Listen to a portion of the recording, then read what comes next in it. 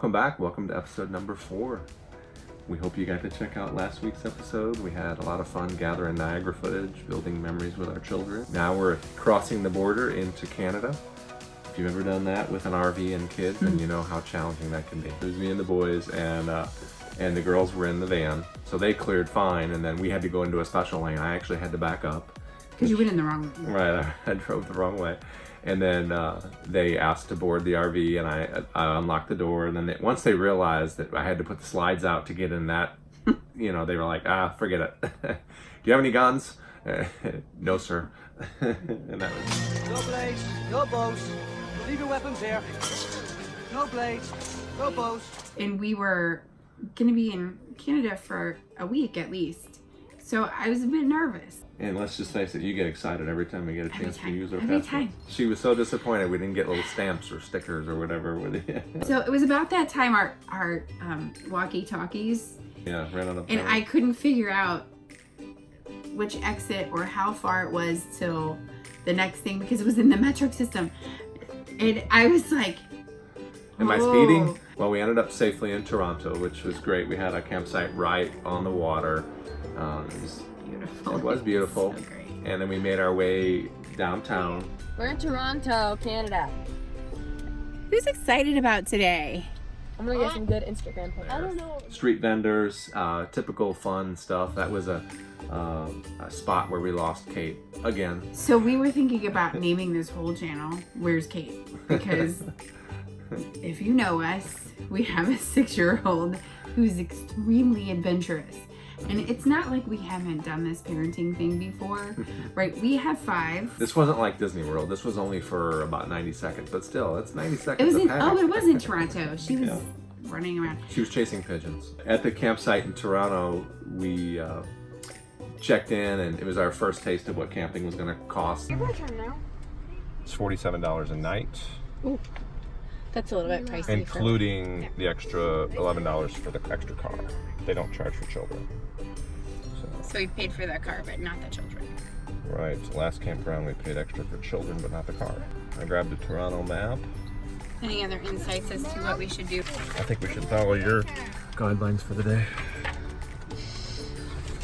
Smart man. That trip to Toronto helped us see that the cost for fuel in Canada was about, for the truck towing, was about basically $1 per mile. So every 100 miles was about $100. And camping wasn't terrible. It wasn't terrible. I think it was still cold.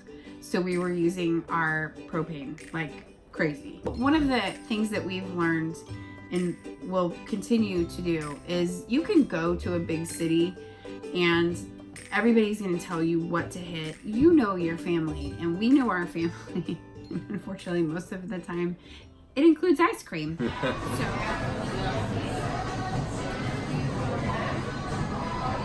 How's the Dolce in downtown Toronto?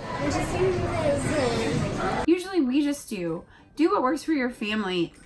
And, if we have a couple of sightseeing day that the kids are like, yeah, that was okay. We know that if we put ice cream at the end of the day, it hits it out of the park, and then they're like, oh, that was a good day. We've got several artistic kids, so after ice cream, we made our way over to Graffiti Alley. It was neat to see, all the beautiful artwork and appreciate that, that aspect of, that's part of the culture there. That's right. In Kensington Market was cool. We're running into people speaking all kinds of different languages, walking the streets, checking out the shops.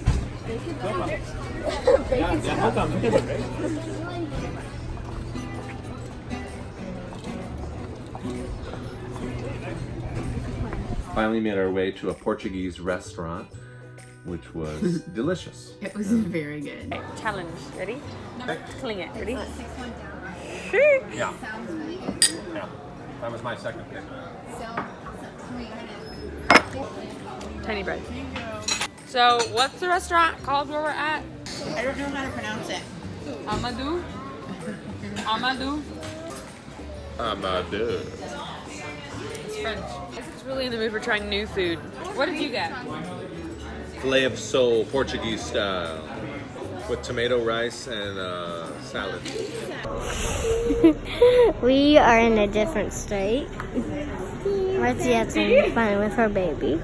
Along the way in Canada, we were able to take advantage of some beautiful, beautiful campsites.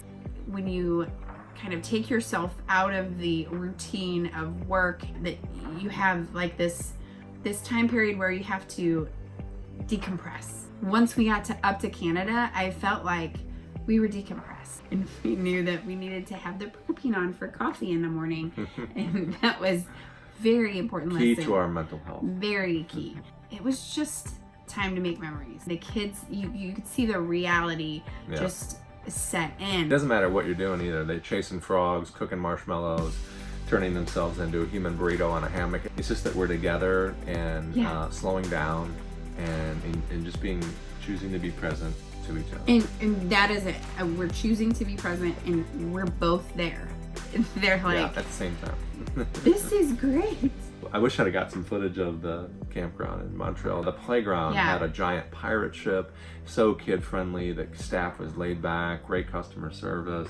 The staff at the campground were some of the people that give us great ideas about where to go. They're like, oh, you gotta focus on Old Montreal. If you're only gonna be here for a couple nights, that's where you got it. So sure enough, that's where we headed, and it was gorgeous. You know, we ate on the waterfront, and there was way more to do in a couple days that we were there than what we had. You know? Yeah, we're like, every time we pass through a place, we're like, okay, when can we come back? Yeah. Because truly, every place that we've been moving so fast at this point that we're just scratching the surface, and we just go to say that, okay, we've experienced what this city has to offer. And that gives us an idea of what we'd like to focus on, you know, if and when we get to come back. So Montreal was incredibly beautiful. You really felt like you were traveling back in time. And the beautiful architecture in the church. Notre Dame Cathedral. I love studying that. And so I had pictures of that on my Pinterest and my Instagram from other sources, and then I walked into the church. I'm like, this is this church? What? I have pictures on my phone of this church. So it's really cool when you see a place that you have always wanted to go. And just the streets with the horses and the carriage ride. Stone and the old architecture. So a couple of tips from the locals. We are supposed to try the poutine and the beaver tail, which is like funnel cake with lots of stuff on top. Can't wait. We had like an Oreo beaver tail, which I was kind of surprised by. There's a big lake that we went paddle boating in, and it was like a 4-person paddle boat, so all the kids went in one paddle boat except for Mercy. I tapped Emily on the shoulder. I was like, Emily, we have to turn around because Kate lost her shoes, and she was wearing Crocs, so they were floating in the middle of the lake. And then we turned around and we struggled to get them. We almost sucked one up. It was super fun. Kate, you don't get the shoe anymore. Also, all the buildings were different, the streets, everything there was different. I was really excited to go to a different country. When I got there, I was not disappointed. I really love Canada. Well, we hope you've enjoyed our journey through Canada. Next week we are heading to northern Vermont. Thank you for coming with us to cross the border. The model that we're following is we will be in an area for about roughly 13 weeks. We know many RVers that move very fast. We're picking a hub, like the spokes of a wheel. We're gonna go out and experience cities that are close by to that hub. That allows me to work in that hub, so we really get to know the people. It's just a different model, and one that's very, very doable for any nurse that wants to travel. You have friends all over the country and all over the world if you decide to travel that far. We appreciate you guys being our friends and family and following us.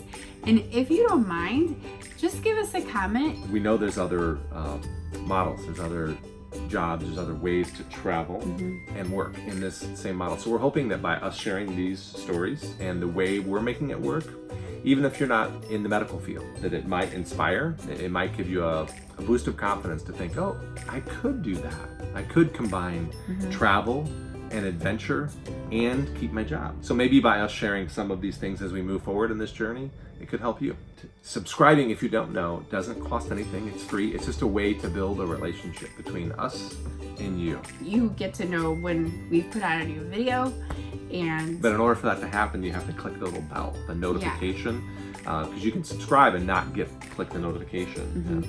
Likes help too, but we're just glad to have you as part of the family. So please consider subscribing and share too, because maybe you know somebody who might be inspired or encouraged by what we're sharing. And let us know if you've ever had poutine. If you haven't, you need to try it. Yeah, what was your favorite place to have poutine or beef tail if you were in Canada? We need Let to us have know. stretchy pants episodes. Thanks for joining You're us. still rolling. Yes, I'm still rolling. Okay. Yeah, thanks for being here. Thanks for joining us. We hope to see you next week. Bye.